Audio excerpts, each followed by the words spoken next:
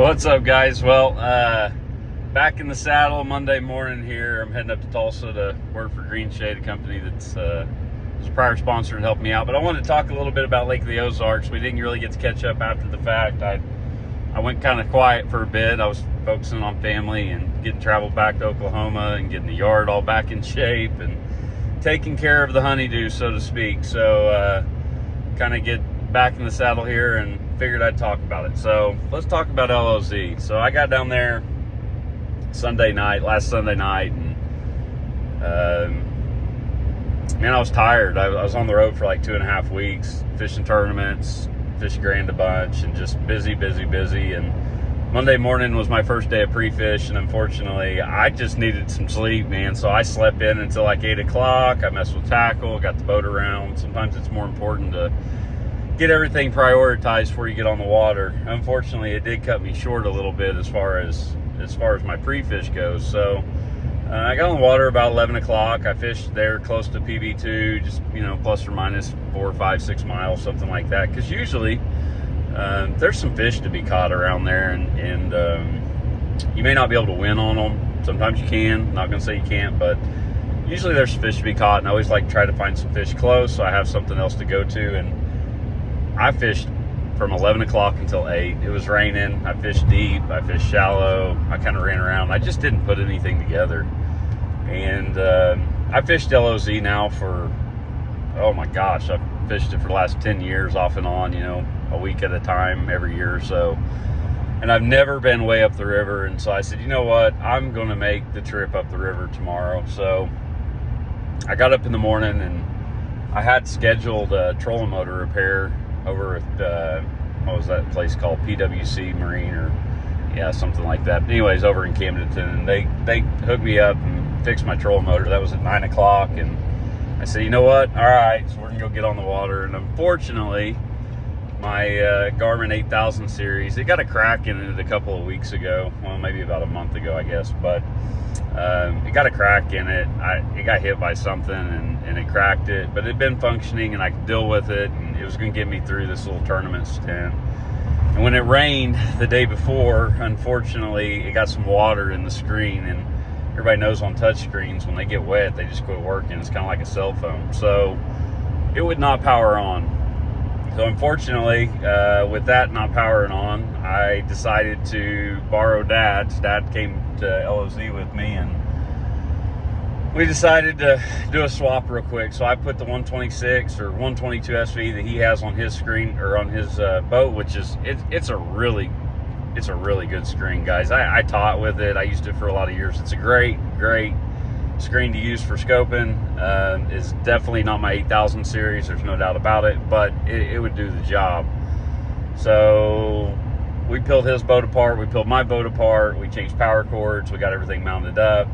I ended up getting on the water about 11 o'clock and ran up to mile marker, I don't even know, maybe 40, 45, something like that.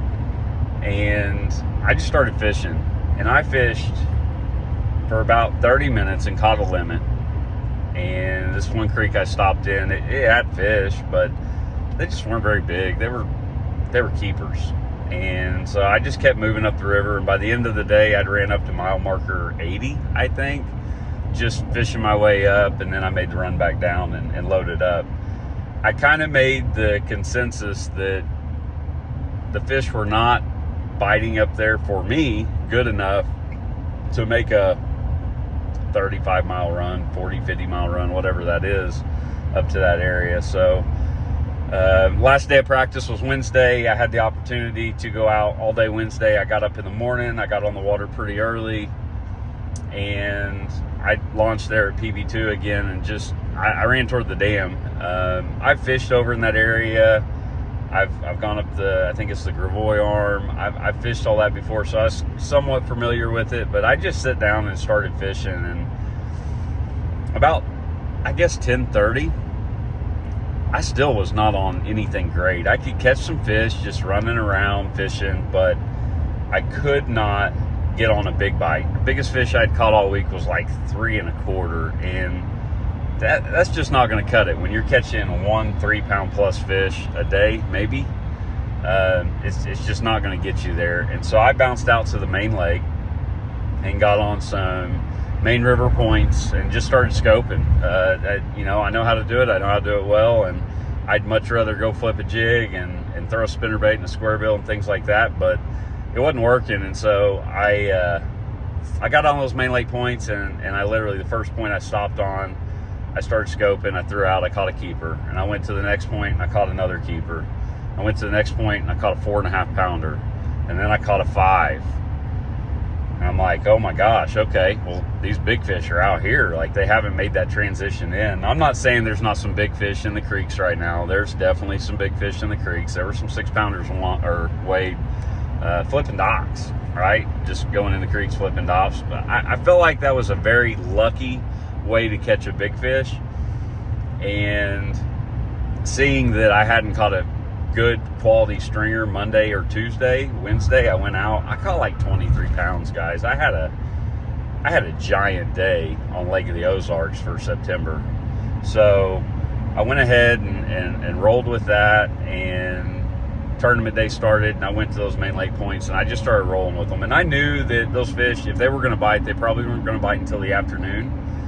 And I didn't have a late flight, but check-in was at 3:30, so I figured, you know what, I'll go out there and we're just going to fish, and anything we put in the boat prior to 10:30, 11 o'clock, that's a bonus fish. And I live by that philosophy this time of the year. Usually those offshore fish, they just start biting really good around 10:30, 11 o'clock. So that's how Grand was as well.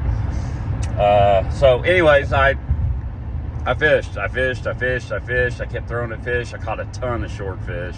There was a lot of fish out there on those main lake points. You can catch them on a drop shot, you can catch them on a worm, you can catch them on a jig, you can catch them on a lot of stuff. I never put a keeper in the boat all day, guys. I fished hard all day. I just stayed at it. I stayed positive. I knew that at some point those fish were going to bite, and I just needed to catch that bite window, and I would get right in a hurry. And the big fish were there. I saw them. I could see them on live scope. They were there. I could get them chasing bait. I could not get them to eat. At 2:30, I still did not have a keeper. It was almost 3 o'clock. And I decided, you know what, I'm going to stop on this one point, the point that I started on in pre-fish, and just check it. And at I think it was like 3:15. I had to be weighed in at 3:30. Had about a 10, 12-mile run. I stopped on that point. I saw a fish. I threw at it. He went down on my bait. He ate it. I set the hook. It was a 15.5-inch fish. That was my only keeper for the day. If I had something else, guys, if I had another pattern, another bite that I could go do, that I felt confident that I could catch them, I would have did it. I would have did it in a heartbeat. But I kind of stayed stubborn. It's probably not a good deal to stay stubborn, but I stayed stubborn the entire time and just tried to catch that big bite. Because, man, a 20-pound bag going on day one would just be, it'd be great. Anything over 15, 16 pounds, you're setting really good for these tournaments. So I stayed stubborn. It didn't work. The unfortunate of all that is that I weighed one fish for 2 pounds, 203 or whatever it was. It's not enough. You take yourself out of contention in these 3-day tournaments in these Toyota series. You will take yourself out of contention if you do not weigh 9, 10, 11 pounds and then back it up with a big bag on the following day. So I pretty much knew that I had taken myself out of contention for a win, obviously, and I really took myself out of contention for cutting or making the top 25, making the day 3 cut. But realistically, and I'm a very realistic person, I figured that if I went out there and I ended up catching a big bag on day 2, I could at least make the top 40 cut. That would have got me into the year-end championship. Life would be good. But like I said, unfortunately, I didn't have anything else, and I didn't really have any confidence doing anything else. So I said, you know what? I'm going to go do it again. Catching keepers wasn't hard pre-fishing. If they bite, they bite. So if they don't, I'm already out of it for the most part. So let's just go see what happens. So I went out. I started on my first spot for the morning on day 2. And first stop, I mean, second or third cast, I put a keeper in the boat. I'm like, yeah, okay, cool. And I went to the next place and put another keeper in the boat. And the next thing I know, I got a limit and I'm calling. I'm calling by ounces, but I was calling. So catching fish wasn't hard by any means. Those big fish were still there. I ran a ton of new water, all still focused on the main, which, like I said, wasn't really going great, but there was fish out there, and I felt like if I was going to catch a big bag, it was going to be out there on those points, on those main lake docks, things like that. Come to find out, Jared Littner was running main lake points with docks on them, very specific docks. He had kind of put a pattern within a pattern together, and I kind of found that. It didn't seem like the docks really had a big bearing on anything. It seemed to me more that they were related to the points. If there was a isolated dock, that was definitely a bonus. So I'm not saying that wasn't part of what I was doing. But I wasn't catching them on the docks. I was catching them close to bottom. All the fish I was catching were close to bottom. I did figure out that a lot of the big fish that I was throwing at were drum. So that kind of sucked. I finally caught one. I was seeing them on bait balls all day, and they were good fish, 3.5, 4 pound fish. And I was throwing them, and they'd chase the bait to bottom, but I could not get them to eat anything. It was driving me insane. So I ended up going out and fishing my butt off again. I never got a big bite. I never got that key bite. I ended up weighing 10 pounds, 9 something, 10 pounds, whatever it was, which was respectable, truthfully. The lake was fishing very tough. There was a lot of co-anglers that only weighed 1 or 2 fish, or even zeroed.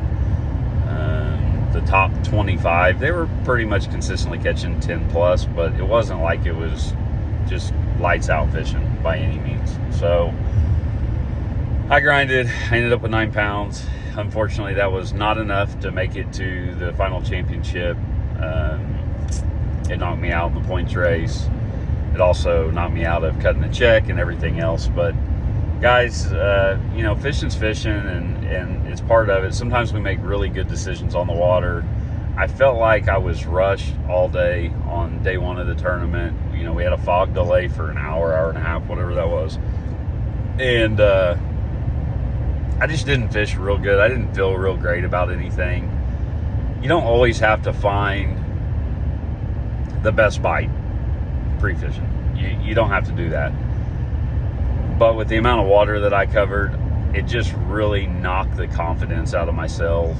And I had a lot of confidence in those main lake fish, and unfortunately they just never fired. I don't know if it was current driven, if they were generating the day that I caught them. I'm not really for sure what happened in that regard, but what I do know is that they never fired during the tournament, and they really weren't getting that much pressure. There was some pressure on them, but not much. So I kind of felt like I'd found something special, but unfortunately it was not going. So guys, that's my wrap up for LOZ. I'm fishing 10 Killer. I got live scope training trips all this week. So I'm heading out to 10 Killer in a couple of days. I'll be there for like a week and a half. And then I am looking forward to some much needed R&R with all the family out in western Oklahoma at Canton Lake. That will conclude, for the most part, my 2024 season. I do have a hog hunter coming up. So we are fishing the Hog Hunter Championship. Me and Tim Lemonier. We'll be fishing that Hog Hunter Championship next weekend on the Arkansas River. It's going to be that should be a fun tournament. I'm going to get to power fish, flip, chatterbait, buzzbait, frog, swim jig, all that good stuff. So I'm looking forward to that. That will be kind of the last derb, so to speak, of the year. And then we'll just fish some jackpots, do our live scope trainings, do the guided trips. If anybody wants to book a guided trip, you're still hanging around with me. I am doing the guided trips on 10 Killer this winter. Everybody wants to book all summer. I'm just telling you guys, the fishing in the winter is absolutely amazing. Last year, I caught 7 days in a row. I caught 20 plus pounds of smallmouth. They freaking bite in the wintertime. They freaking bite. Like it's so much fun.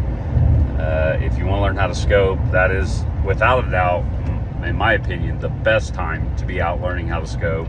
everybody wants to do in the summer. In the summer, there's a play for it there too. Obviously, I do it all year round, but come book a trip with me. Come check out all the smallmouth. The smallmouth are fun.